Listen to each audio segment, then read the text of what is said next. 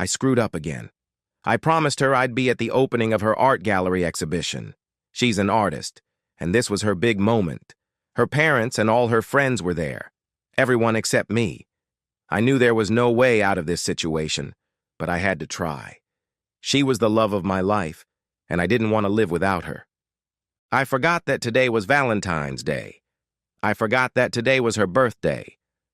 Last month, I worked overtime twice when we had a date, and I forgot to call her. Today, I showed up when her exhibition was already closing. She was already walking to her car when I ran up to her.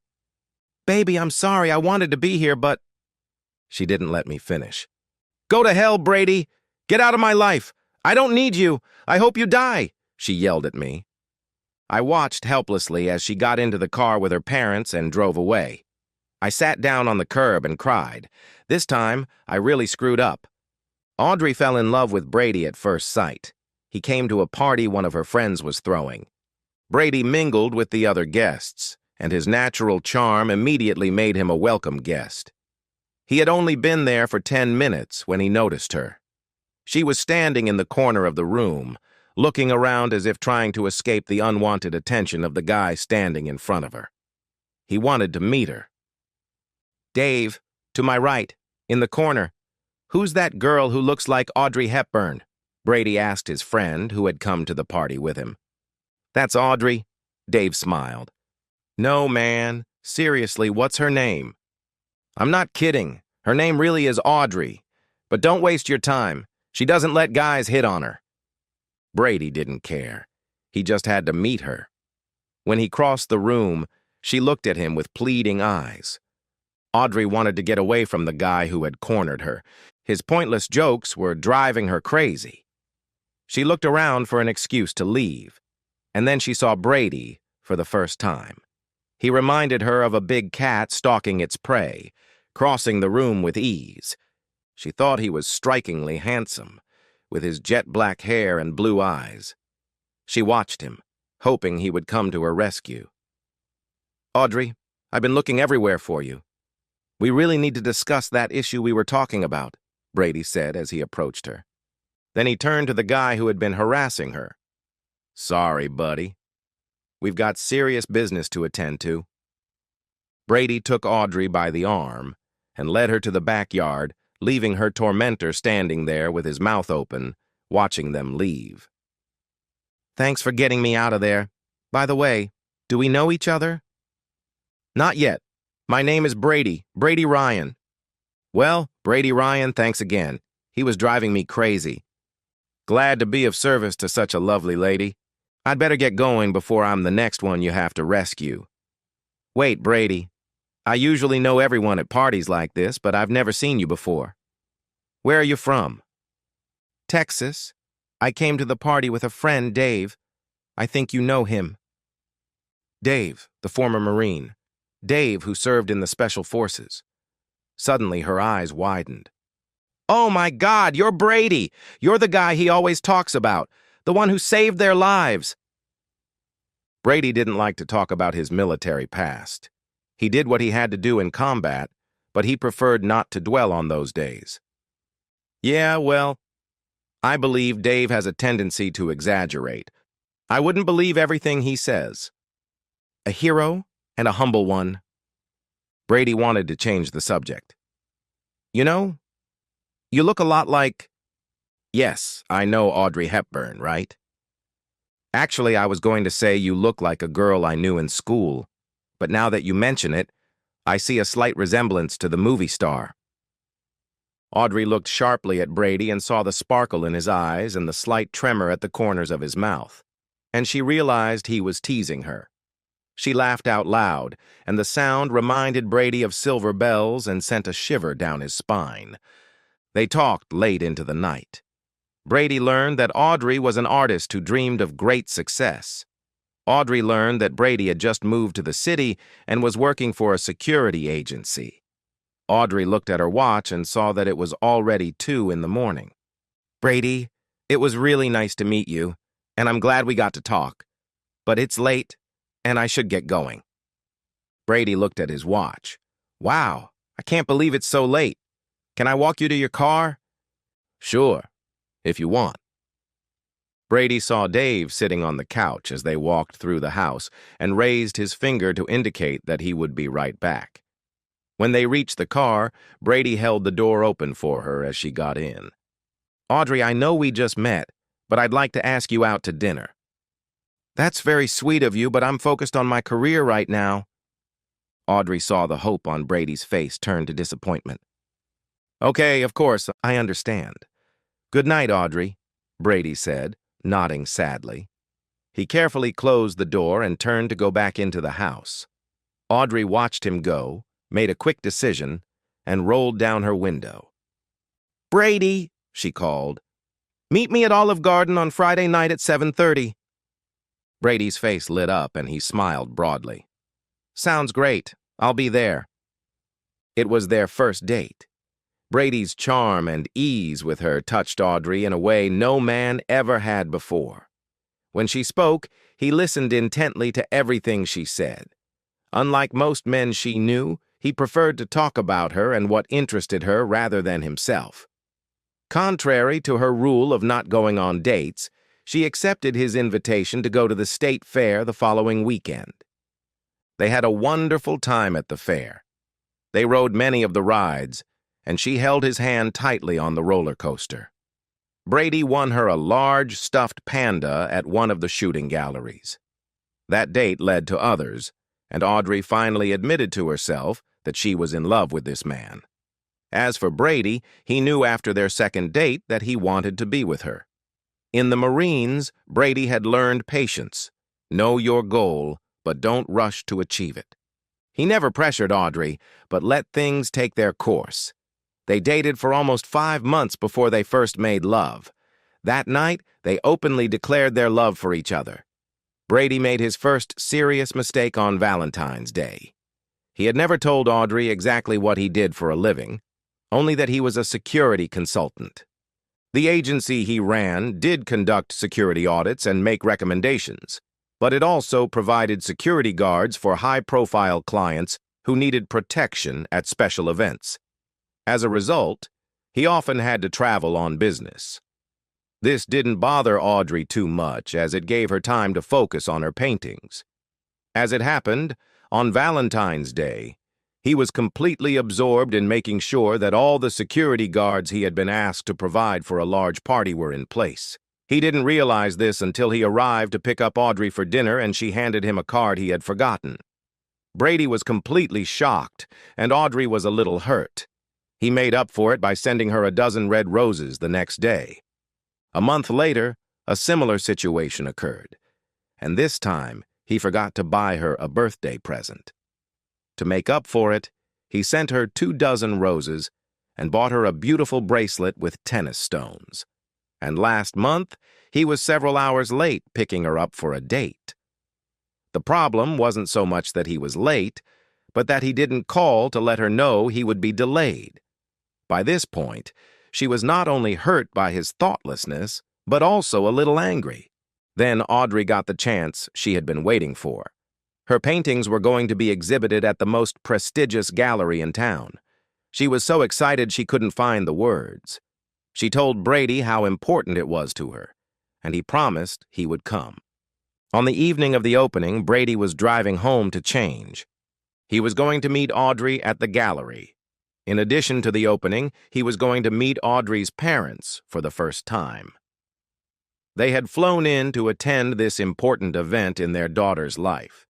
He was about to turn into the driveway when his cell phone rang. He looked at the number and saw that it was the head of security hired by his agency to guard a party at the mansion of a local millionaire. Brady speaking, he answered. Boss, things are bad. We've been discovered, and several armed men have taken hostages in one of the wings of the house. Damn it. Okay, I'm on my way. Block all exits and hold out until the SWAT team arrives. Brady was furious and anxious. The reputation of his entire agency was at stake. He also couldn't understand how armed men had managed to get past his people. They were all former Special Forces operatives and had undergone rigorous training. Brady arrived at the scene a few minutes before the SWAT team. He had just learned about the incident when a police captain approached him and asked what had happened. My man who was in charge told us that for some reason, the catering team had been neutralized on the way and replaced by criminals who were hiding in one of the wings of the house. Most of the guests were safe and had been evacuated from the premises. Some people were still missing. Among them were the owner of the house and his wife. They were presumed to be alive and being held hostage. No demands had been made yet, so their motives were unknown. He then told me where all our agents were. The captain ordered his men to take up positions, and we began to retreat to make room for them. Throughout this, Brady believed that these guys might have some kind of escape plan. Escape through the main gate was impossible. The only logical way out was through the backyard. Brady went to his car, put on a bulletproof vest and a jacket with "Agent" written in large letters on the back. He hoped the SWAT team wouldn't mistake him for a criminal. He checked his 9mm pistol and holstered it on his shoulder. Circling the perimeter, he found himself behind the house, on the opposite side from where the hostages were being held. Suddenly, all hell broke loose inside the house. The SWAT team came under fire, and smoke poured out of the center of the mansion. Brady drew his pistol and waited. He saw members of the special forces on the other side rush toward the shots. As expected, 2 men ran out of the side doors and headed almost directly toward where he was hiding in the bushes. One of the men was holding a little girl in his arms and covering her mouth with his other hand to keep her from screaming. The other man was armed with an automatic rifle. Brady pulled out his pistol and waited. He waited until they ran past him. Then he stood up and shouted at them to stop. The man with the machine gun turned around and started to raise his weapon. Brady fired once and hit him right in the forehead. At that distance, he couldn't miss. He turned to the man holding the girl. "Put her down carefully. Raise your hands, and you'll live." The villain looked at Brady, who was holding the gun right between his eyes, and then at his dead partner. "Okay, just don't shoot, buddy." The villain put the girl on her feet and slowly turned around. "Come here, sweetheart. You're safe now. I'll take you to your father." The girl ran to Brady and hugged his leg tightly. "Now you, very slowly, get down on the ground and put your hands behind your back." Brady kept his gun pointed at him the whole time. "Stay where you are, buddy." Brady took plastic handcuffs out of his pocket and quickly cuffed the criminal's hands. Then he roughly pulled him to his feet and pushed him back toward the house. Bending down, he picked up the girl, and she wrapped her little arms tightly around his neck. Slowly, they walked around the side of the house until one of the SWAT officers spotted them. They were ordered to stop. Brady carefully lowered his gun to the ground, then stood up with his hands raised, still holding the girl in his arms. The captain, who had been called on the radio, recognized Brady and approached them. Brady explained what had happened and told them where they could find the dead criminal. The man Brady had handcuffed was taken away. When the captain tried to take the girl from Brady, she screamed and clung even tighter to his neck. The officer just shook his head and led Brady out onto the street. The SWAT team was just finishing up at the scene. They had caught 2 of the kidnappers and killed 1. Fortunately, none of the guests had been hurt. The girl turned out to be the daughter of the millionaire who had thrown the party. He and his wife were in despair, not knowing where their daughter was. When they found out she was alive, they rushed to Brady. Only when her mother approached her did the girl let go of Brady and allow her mother to hug her. The SWAT team commander explained to the father how they had saved his daughter. He approached Brady, shook his hand, and thanked him profusely. Only then did Brady remember Audrey and the exhibition at the gallery. He took out his cell phone and tried to call her, but it went to voicemail. She probably hadn't even taken her phone with her. By the time Brady was allowed to leave, it was already late. He had to stay and give a statement and was told to report to the police station the next day. Brady rushed to the gallery as soon as he could. He spotted Audrey as she was leaving the gallery and heading for her car. He slammed on the brakes and jumped out of the car to catch up with her. Audrey was very upset. It was her big night. She had come to the gallery with her parents, who had flown in to be with her. The gallery was filling up with visitors and some of her close friends who had been invited. But there was no sign of the person she wanted to be with more than anything else. All evening and all night, she kept her eyes on him, looking for him. Finally, the exhibition ended, and Brady still wasn't there. This time, Audrey was really furious. She was determined that this was the last time he would let her down. She asked her father to drive her home while she finished talking to the gallery owner. Audrey walked to the car, tears streaming down her cheeks.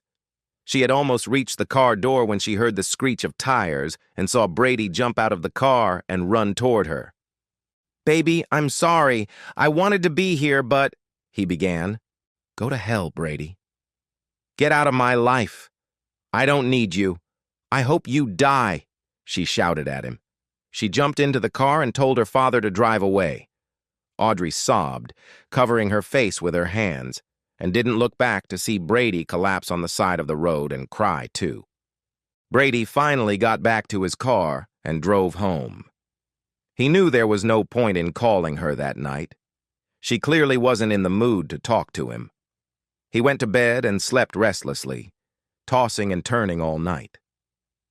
Early the next morning, he went to the police station and finished answering all the additional questions, giving his statement. It was already a little after noon when he finally left and drove to Audrey's apartment. Her car wasn't there, and no one answered when he knocked. He didn't know she had gone to the airport to pick up her parents. There was a flower shop nearby, and he bought a dozen red roses and a card. Returning to her house, he waited another hour. She still hadn't returned, so he took out a pen and wrote on the card, "My love, I'm sorry. Please call me and let me explain. I love you so much. Please, baby, call me. Brady." Audrey returned home a few minutes after Brady left. Upon entering the house, she discovered the flowers and the card. She quickly read what he had written, tore up the card, and threw it in the trash can along with the flowers. She ran to her room, threw herself on the bed, and cried into her pillow. She cried until she finally fell asleep. By 5 o'clock in the evening, Brady still hadn't heard from Audrey, so he decided to go back to her house. He saw her car parked outside and noticed that the flowers and card by the door were gone. He hurried to the house, knocked, and waited. No one answered. This time he knocked harder. Finally, he saw the curtains move and Audrey peeked out. "Baby, please let me in. I'll explain everything." "Go away or I'll call the police." The curtains closed again. "Audrey, for God's sake, talk to me." Brady kept knocking on the door, begging her to talk to him, until 15 minutes later, a police car pulled up. The police told him to get out and talk to them. He told them why he had come, and one of the officers who had been at the scene of the attempted kidnapping the day before recognized him as the hero who had saved the little girl. Although they sympathized with his situation, they told him that Audrey had filed a complaint and that he could either leave peacefully or they would be forced to arrest him. Deciding that caution was the best course of action in this case, Brady reluctantly got into his car and drove home. He spent the rest of the evening trying to call Audrey, but she didn't answer. The next 2 days were much the same for Brady. He bought her a dozen roses and a card, knocked on her door, left everything on the doorstep, and spent the rest of the day calling her. She didn't answer his calls. Brady was deeply depressed. His co-workers noticed and became concerned about their boss. He was just going through the motions at work, but he didn't care. Without Audrey in his life, nothing mattered. He didn't want to live without her tender love. Audrey didn't leave her apartment for 3 days after the exhibition. She didn't watch TV or read the newspaper. All she could do was cry. Every day, Brady knocked on her door and then left, leaving flowers and a card. She read each one, then tore it up and threw it in the trash along with the flowers. Her phone rang almost every hour, and when she saw that it was Brady, she walked away without answering. On the 4th day, she saw that one of her friends was calling and answered. Her friend Marcia wanted to meet her for lunch. Audrey, who hadn't left the house in 3 days, agreed to go. So, how's Brady? Marcia asked, unaware of the recent events in her friend's life. How should I know? I told that jerk to go to hell when he didn't show up at the gallery. He always forgets something. My birthday, Valentine's Day, our dates. I'm tired of it. But don't you know why he didn't come? My God, girl, it's all over the news. What are you talking about? Audrey asked. Some men tried to kidnap a millionaire's daughter and Brady saved her. He killed one of them and caught the other. What are you talking about? All I know is what the news said. Brady's company was responsible for security at a party the millionaire threw at his house. 5 armed men tried to kidnap the millionaire's daughter, and Brady killed 2 of them and saved her. One of them was armed with an automatic weapon and tried to kill Brady, but Brady shot him first. Audrey turned pale when she said that. But Brady's just a security consultant. Audrey, you really need to talk to your husband. All these guys are special forces. They work hard protecting the rich and famous. The woman sitting at the next table got up to leave. But first, she stopped at Audrey's table. I'm sorry I overheard, but I want to tell you my story. I was married to a man who was very much like your Brady. He always forgot things like my birthday and our anniversary. It made me very angry. But he died in Iraq. Not a day goes by that I don't wish he were back with me. He could forget my birthday for the rest of my life, and I wouldn't care if I could just hold him again. If you love your man, go to him and forgive him. Audrey cried as the woman turned to leave. She jumped up from her chair. I have to go. I have to find Brady and tell him I'm sorry. Audrey jumped into her car and drove to Brady's house. She hoped he would be there, but when she arrived, she saw that his driveway was empty. Realizing that it was a weekday, she decided he was probably at work. That's where she headed. When she pulled up, she saw Brady walking across the parking lot. There were 2 buildings on the same property, with a driveway between them. As the car approached Brady, Audrey saw a man come out of the alley and raise his arm toward Brady. There was a loud gunshot, and she saw Brady grab his chest. After that, everything seemed to slow down. She watched as the man she loved fell to the ground. Brady rolled onto his side, raised his hand, and there was another loud gunshot. This time, the man from the alley fell to the ground, dropping the gun from his hand. Audrey slammed on the brakes, jumped out of the car, and rushed to Brady. He was trying to sit up when she came up behind him and hugged him. Don't die, Brady Ryan. I'll never forgive you, she sobbed hysterically. Brady turned his head to see who was holding him. Audrey? Hang on, honey, I'll call an ambulance, she shouted. At that moment, the parking lot filled with sirens as police cars pulled up. Brady kept trying to get up, but Audrey pressed herself against his back, holding him down. A police officer ran up to them. Are you okay? The officer asked Brady. Better than that guy. I believe he's the one you were looking for. Yeah, looks like it. Are you hurt? Yeah. The bullet hit my vest. It hurts like hell, but I'll be fine. Audrey looked questioningly at Brady. She ran over to him and saw the bullet hole in his shirt. Grabbing his chest, she tore open his shirt and saw the bulletproof vest. You're not going to die, are you? She pleaded. Someday, but not today. He smiled and groaned as he got to his feet. Brady unzipped the vest and took it off, revealing an ugly bruise that had already formed. The vest had done its job and stopped the bullet, but the impact was still very strong. Audrey began to lose consciousness, and Brady rushed to support her. He picked her up and carried her to his office, followed by the officer. Other police officers who had arrived at the scene were examining the crime scene. Audrey came to just as Brady managed to get her to her feet, and she hugged him around the neck, unwilling to let go. He simply sat down on a chair and held her while she cried on his shoulder. When he finally calmed her down enough that she could sit down on a chair, he explained to her that the man who had tried to kill him was the brother of another man he had killed at a millionaire's party. The police were afraid he would try to get revenge, but they had lost track of him. It took another 20 minutes to convince her that it was over. Audrey refused to go home that night. She wouldn't let Brady leave her side. He took her to his place and put her to bed. "Baby, I'm sorry I missed your performance." Audrey put her finger to his lips. "No, honey. I'm the one who's sorry. I'll never be angry with you again. The important thing is that you're with me and you're alive. I love you so much." "Do you love me enough to marry me?" Audrey squealed with delight. "Yes, yes, yes. 1,000 times yes," she exclaimed. "And you'll never be mad at me again?" Audrey giggled. "Well, I'll try. If I can teach you not to leave the toilet seat up and not throw your dirty socks on the floor, that would help." Brady shook with laughter and pulled her close. "I love you, Mrs. Ryan. And I love you, Mr. Ryan."